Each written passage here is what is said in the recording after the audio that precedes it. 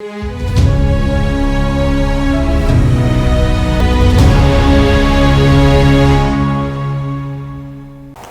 दोस्तों, राजनीति की बातों में आपका स्वागत है। मैं हूं आपका दोस्त धर्मेंद्र कंवाली।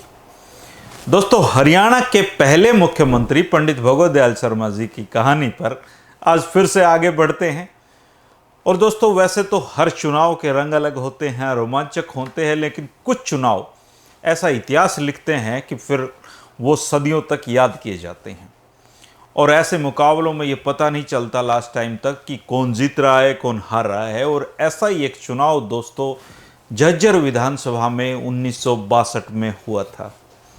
इस चुनाव को जीतने वाले पंडित भगवत दयाल जी को हरियाणा का पहला मुख्यमंत्री बनने का मौका मिला और चुनाव में हारने वाले प्रोफेसर शेर सिंह जी की ख्याति को बहुत बड़ा झटका इस चुनाव ने दिया था।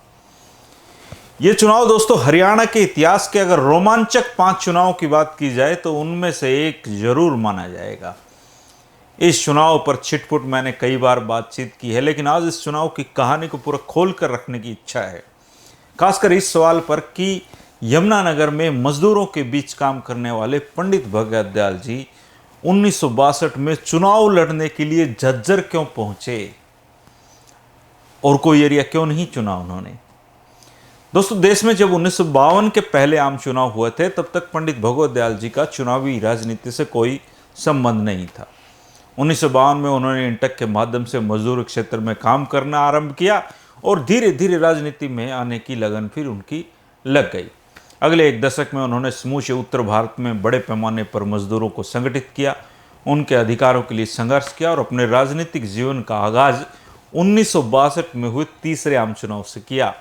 और इस चुनाव ने न केवल उनको मंत्री बनने का अवसर दिया, बल्कि 1966 में अलग हरियाणा बनते वो मुख्यमंत्री भी बने। इसके पीछे सबसे बड़ा कारण ये था कि दोस्तों उन्होंने हरियाणा में एक ऐसे नेता को अपने जीवन के पहले ही चुनाव में हरा दिया जिसके बारे में पंडित नेहरू ने भी ये कहा था कि प्रोफेसर शेर सिंह को हराना नामुमकिन काम है। 1962 में झज्जर विधानसभा से अपने जीवन का पहला चुनाव लड़ा पंडित भगवत दयाल ने। और तब हरियाणा पंजाब का हिस्सा था और हरियाणा का जो क्षेत्र था उसमें विधानसभा की कुल 54 सीटें आती थी। जब पंडित भगवत दयाल शर्मा जी झज्जर चुनाव में डट गए तो देखते ही ये जो चुनाव था समूचे पंजाब में सर्वाधिक चर्चा का विषय बन गया।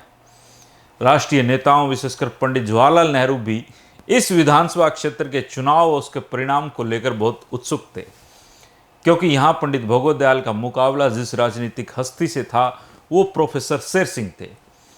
प्रोफेसर शेर सिंह की राजनीतिक हैसियत का अनुमान इस तथ्य से लगा सकते हो दोस्तों कि जब पंडित भगवत दयाल ने पंडित नेहरू से प्रोफेसर शेर सिंह के सामने चुनाव लड़ने की इच्छा प्रकट की तो नेहरू जी ने कहा था कि भगवत वहाँ से रहने दो, शेर सिंह को तो मैं भी नहीं हरा सकता। लेकिन पंडित भगवत दयाल शर्मा ने इस ऐतिहासिक चुनाव में प्रोफेसर शेर सिंह को पराजित कर पंजाब की राजनीति की पूरी धारा बदल दी और खुद की किस्मत भी उन्होंने बदल दी और इसी ने उनको हरियाणा प्रदेश का मुख्यमंत्री भी बनाया। अब सवाल ये उठता है कि दोस्तों यमुनानगर में मजदूरों के बीच काम करने वाले पंडित भगवत दयाल ने झज्जर विधानसभा का क्षेत्र ही चुनाव के लिए क्यों लड़ा। प्रोफेसर शेर सिंह के सामने एक नया नवेला राजनेता क्यों जोखिम उठाएगा।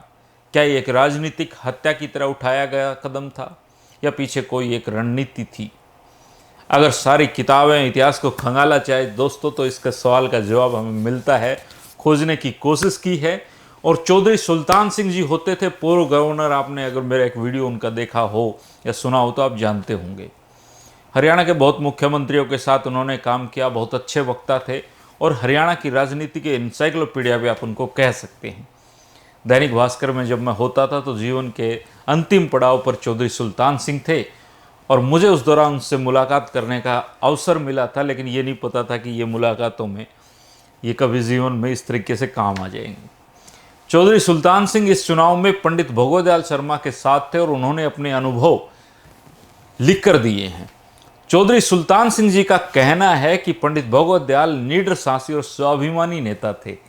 हरियाणा बनने के बाद उन्होंने यमुनानगर को अपना कर्म क्षेत्र बनाया क्योंकि वहाँ उनके जेल के साथी सरदार गुलाब सिंह और सरदार कुलतार सिंह जो शहीद-ए-आजम भगत सिंह के छोटे भाई थे वो साथ रहे थे।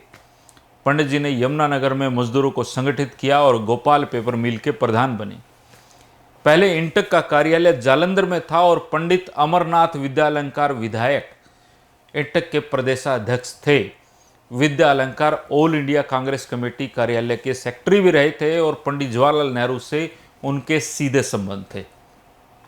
वे मुख्यमंत्री प्रताप सिंह कैरो को कोई मान्यता नहीं देते थे, उनकी परवाह नहीं करते थे और कैरो विद्यालंकार को अपने रास्ते से हटाना चाहते थे, लेकिन पंडित नेहरू तक उनकी पहुंच के कारण कैरो उनको जो छेड़ने का जोखिम है वो नहीं लेना चाहते थे। ऐसे में कैरो ने टेढ़ी उंगली से काम लिया और सरदार गुलाब सिंह से बात की। सरदार गुलाब सिंह ने सरदार प्रताप सिंह को यह सुझाव दिया कि विद्यालंकार को केवल एक व्यक्ति टक्कर दे सकता है और वो हरियाणा का है, उसका नाम है भगवत दयाल। उसने यमुनानगर में आते ही मजदूर यूनियन पर कब्जा कर लिया है और वो विद्यालंकार से ये इंटक भी छीन सकता है। कैरो ने पंडित भगवत दयाल से बात की तो वो विद्यालंकार का मुकाबला करने के लिए तैयार हो गए और कैरो को हरियाणा में एक मजबूत आदमी मिल गया। पंडित विद्यालंकार ने पंजाब में इंटक की चुनावी बैठक रख ली और उसमें कुछ पहलवान टाइप के लोग भी बुला लिए ताकि कोई उनके खिलाफ न बोल सके। लेकिन पंडित जी जो विद्यालंकार के खिलाफ खड़े हो गए चुनाव में और पहलवानों ने इस पर हंगामा करना शुरू किया तो पंडित भगवत दयाल का उन्होंने गला पकड़ने की भी कोशिश की, उनको रोकने की कोशिश की, लेकिन पंडित जी थोड़ी अलग मिट्टी के थे। उन्होंने भरी मीटिंग में अपना पिस्टल निकाल लिया। इस तरीके से पंडित भगवत दयाल बहुमत से इंटक के प्रधान चुने गए और पंडित विद्यालंकार को समझ में आ गया कि अब पीछे हटने का समय है। कैरो ने पंडित भगवत दयाल की मदद से विद्यालंकार को पटकनी दे दी, नेहरू की नज़रों से गिरा दिया और बदले में पंडित भगवत दयाल को राजनीति में स्थापित करना अब कैरो साहब की जिम्मेदारी थी। इसके बाद 1962 का चुनाव आता है दोस्तों और प्रोफेसर शेर सिंह 1957 में तो मंत्री नहीं बन पाए थे तो उन्होंने हिंदी आंदोलन शुरू कर दिया था जिसमें काफ़ी लोग जेल गए थे और आंदोलनकारियों ने कैरो का हरियाणा में घुसना तक मुश्किल कर दिया था। कैरो ने इस समस्या के समाधान के लिए पंडित भगवत दयाल को चुना क्योंकि वे हर हाल में प्रोफेसर शेर सिंह को हराना चाहते थे। कैरो ने चौधरी सुल्तान सिंह की ये ड्यूटी लगाई कि सर्वे करो कि क्या ये भगवत दयाल झज्जर से प्रोफेसर शेर सिंह को हरा सकता है। पंडित जी बेरी में जन्मे जरूर थे लेकिन उन दिनों झज्जर में कोई ज़्यादा पहचान वो नहीं रखते थे। चौधरी सुल्तान सिंह और उनके आदमियों ने सर्वे किया, लोगों के मन को टटोला तो पाया कि बेरी के तमाम प्रतिष्ठित जाट परिवार जैसे हेडमास्टर नवल सिंह, नंदराम जी, सूरज सिंह जी आदि खुलकर पंडित भगवत दयाल का साथ देने को तैयार थे। झज्जर में कैप्टन सुल्तान सिंह जो प्रोफेसर शेर सिंह के रिश्तेदार भी थे, उन्होंने भी पंडित भगवत दयाल का साथ देने का उनका इरादा था। इस पर सरदार सिंह कैरो को रिपोर्ट दी गई कि भगवत दयाल जीत जाएंगे, आप उनको चुनाव में उतार दीजिए, ऐसा चौधरी सुल्तान सिंह ने बताया था। चौधरी सुल्तान सिंह ने यह भी बताया कि पंडित भगवत दयाल जबरदस्त संगठन करता थे। उन्होंने 4-5 दिन में सारी हवा बदल दी। दुब्बल धन में चौधरी ललती राम, चिमनी में दौलता जी जैसे प्रतिष्ठित लोग उनके साथ आ गए और पंडित जी पंजाबी भाषा लागू करने पर समझौते पर प्रोफेसर शेर सिंह के हस्ताक्षर निकाल कर ले आए और शेर सिंह जी के हिंदी आंदोलन की हवा निकाल दी। पंडित जी ये प्रतिष्ठापूर्ण चुनाव जीत गए। तो ये अनुभव चौधरी सुल्तान सिंह ने बताए हैं दोस्तों कि कैसे झज्जर का ये प्रतिष्ठित चुनाव प्रोफेसर शेर सिंह हार गए थे। ये कोई अचानक लिया गया फैसला नहीं था दोस्तों, बल्कि एक सोची समझी रणनीति का हिस्सा था। स्वर्गीय राम सिंह जाखड़ जी स्वतंत्रता सेनानी रहे, उन्होंने हरियाणा की राजनीति के वो तकड़े वो भी जानकार थे, उन्होंने भी अपने कुछ अनुभव इस पर बताए हैं। स्वर्गीय राम सिंह जाखड़ ने बताया कि उनका पंडित भगवत दयाल शर्मा से संपर्क 1962 में तब हुआ जब वो झज्जर हलके से पंजाब विधानसभा के लिए कांग्रेस का टिकट लेकर आए, चुनाव लड़ने वाले थे। और हुआ ये था कि 1960 में पंजाब में हिंदी आंदोलन जोरों पर चला जिसके मुख्य नेता चौधरी देवीलाल और प्रोफेसर शेर सिंह थे और इनको कांग्रेस से निकाल दिया गया। प्रोफेसर शेर सिंह झज्जर बेरी हलके से पंजाब विधानसभा के सदस्य थे, बहुत बड़े नेता वो थे और 1962 में जब विधानसभा का चुनाव हुआ तो प्रोफेसर शेर सिंह ने अपनी बनाई हुई पार्टी के उम्मीदवार के तौर पर उतरे और उनके विरोध में कांग्रेस ने पंडित भगवत दयाल शर्मा को अपना उम्मीदवार बनाकर खड़ा किया। राम सिंह जाखड़ जी बताते हैं कि जिस समय पंडित भोगोदयाल के नाम का पता लोगों को चला तो वो बड़े हैरान हुए और सोचने लगे कि कांग्रेस को यहाँ कैसे कामयाबी मिलेगी, क्योंकि पंडित भोगोदयाल को तो बहुत कम लोग जानते हैं और उनका संपर्क भी उस समय वहाँ बहुत कम था। दूसरी तरफ हरियाणा में हिंदी आंदोलन का असर भी चरम सीमा पर था और हिंदी समिति के सर्वप्रिय नेता प्रोफेसर शेर सिंह को हराना कोई आसान काम थोड़े था। लेकिन पंडित भगवदयाल शर्मा ने राजनीति की बिसात पर ऐसी चालें चली कि फिर प्रोफेसर शेर सिंह इस चुनाव हार गए और वो जीत गए। आम सभाओं में अपने भाषण में पंडित भोगोदयाल कहते थे कि प्रोफेसर शेर सिंह को 1946 से लेकर 1962 तक इस हलके की नुमाइंदगी करते हुए 16 साल हो गए हैं, लेकिन उन्होंने कोई विकास काम नहीं किया है। आपने सदा उनको वोट दिए, एक बार मुझे देकर देखो। और तालीम के लिहाज से प्रोफेसर शेर सिंह तो केवल एमए है, मैं डबल एमए हूँ। मैं स्वतंत्रता संग्राम में भी कई जेलों में बंद रहा था, जबकि प्रोफेसर शेर सिंह तो कॉलेज से निकलते ही विधायक बन गया। इसलिए प्रोफेसर शेर सिंह कांग्रेस से कुछ ना कुछ लेता रहा, मैंने कांग्रेस को कुछ ना कुछ दिया है। इस तरह के भाषण पंडित भोगोदयाल जी करते थे। पंडित भोगोदयाल लोगों को बताया करते थे कि 1954-55 में उस समय के मुख्यमंत्री श्री भीमसेन सच्चर ने एक फार्मूला बनाया था और जिसके मूल में मुख्य बात यह थी कि पंजाब के हर विद्यार्थी को 5वीं क्लास से गुरुमुखी भाषा पढ़नी होगी और इस सच्चर फार्मूले पर प्रोफेसर शेर सिंह के हस्ताक्षर हैं और वो इस हस्ताक्षर किए हुए जो मसौदा था उसको जनसभाओं में दिखाया करते थे। प्रोफेसर शेर सिंह और मेरे को एक जगह इकट्ठा करके बिठा दो और पूछ लो उनसे कि ये हस्ताक्षर उनके हैं या नहीं, और ये इश्तिहार जो मैं आपके बीच में बांट रहा हूँ सही है कि नहीं। अगर गलत साबित हो तो मैं ये चुनाव छोड़ दूंगा, आप प्रोफेसर शेर सिंह को जिताना। और इस तरह से लोगों में सच्चर फार्मूले की वजह से प्रोफेसर शेर सिंह का असर घटता गया और आखिर चुनाव का नतीजा पंडित भोगोदयाल जी के हक में रहा। हालांकि बहुत तनावपूर्ण वो चुनाव था।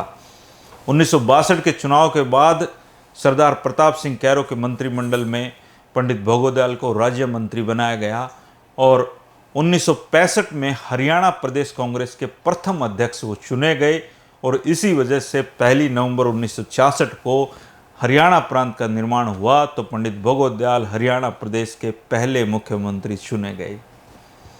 कुछ साथियों का ये भी कहना है कि चुनाव से पहले ही झज्जर के इलाकों में पीने के पानी की समस्या को प्रताप सिंह कैरो से मिलकर पंडित भोगोदयाल ने काफ़ी हद तक दूर करवा दिया था, जो उनकी जीत का एक बड़ा आधार बना। खैर, हार जीत राजनीति का हिस्सा होती है दोस्तों, लेकिन जिस चुनाव की वजह से पंडित भोगोदयाल को जाति की राजनीति करने वाले नेता का तमगा मिला, सच्चाई ये है कि इस चुनाव में जाट मतदाताओं की वजह से ही उनको जीत मिली थी। अगर जाट मतदाताओं के वोट उनको ना मिलती तो वो नहीं जीत पाते।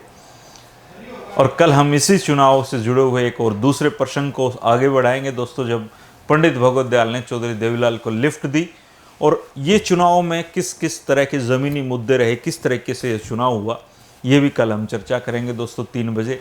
राजनीति की बातें चलती रहेंगी दोस्तों, और जहाँ राजनीति है वहाँ पे सवाल भी होंगे, तरह तरह की जिज्ञासाएं भी होंगे। और सच्चाई ये है दोस्तों कि दुनिया में लोग आते हैं चले जाते हैं, उनके नाम रह जाते हैं कुछ के, और कुछ ऐसा काम कर जाते हैं जिनको हम याद करते हैं, और जिसने सोसाइटी के लिए कुछ किया है सोसाइटी उनको याद रखती है, और ये चलता रहता है दोस्तों। 3 बजे के वीडियो को एक राजनीतिक विद्यार्थी के रूप में देखने और समझने की कोशिश किया करो। जाट गैर जाट, कांग्रेस भाजपा, फलाना धवाना, ये चीज़ें चलती रहती हैं दोस्तों। हमें सिर्फ समझना है चीज़ों को कि किस तरीके से हुई हैं। और आप खुद भी राजनीति के जानकार हैं, मेरे यूट्यूब से तो इतने जानकार लोग जुड़े हुए हैं जो मुझे खुद गाइड करते हैं, तो आप कमेंट करके बताया करो दोस्तों। और वीडियो अच्छा लगे तो आप लाइक कर दिया करो, कमेंट कर दिया करो। जो साथी अभी पीछे छूट गए हैं, जिन लोगों ने अभी वीडियो रोज़ देखा है लेकिन सब्सक्राइब नहीं किया, वो सब्सक्राइब कर सकते हो। इससे कोई फ़र्क नहीं पड़ना, इतना ही पड़ना है कि ये जो वीडियो का नोटिफिकेशन है ये आप तक पहुंच जाएगा। इसका ना कमाई से कोई चक्कर है, ना लाइक व्यूज से कोई चक्कर है। और सच्चाई ये है कि दोस्तों मैं इस चक्कर में कभी पड़ा भी नहीं, क्योंकि ये जो राजनीतिक वीडियो हैं सिर्फ मैं एक खुद की इच्छा से, पहले मेरा मन होता था कि मैं जानूँ चीज़ों को, फिर आपके साथ शेयर करने लगा तो आप लोगों का भी प्रोत्साहन मुझे मिला। तो ये आदान प्रदान की प्रक्रिया का हिस्सा है, इसके अलावा कुछ नहीं है। सच्चाई ये है कि कोई आदमी यूट्यूब या सोशल मीडिया से ईमानदारी से केवल दाल रोटी कमा सकता है, इससे ज़्यादा कमाई नहीं कर सकता है।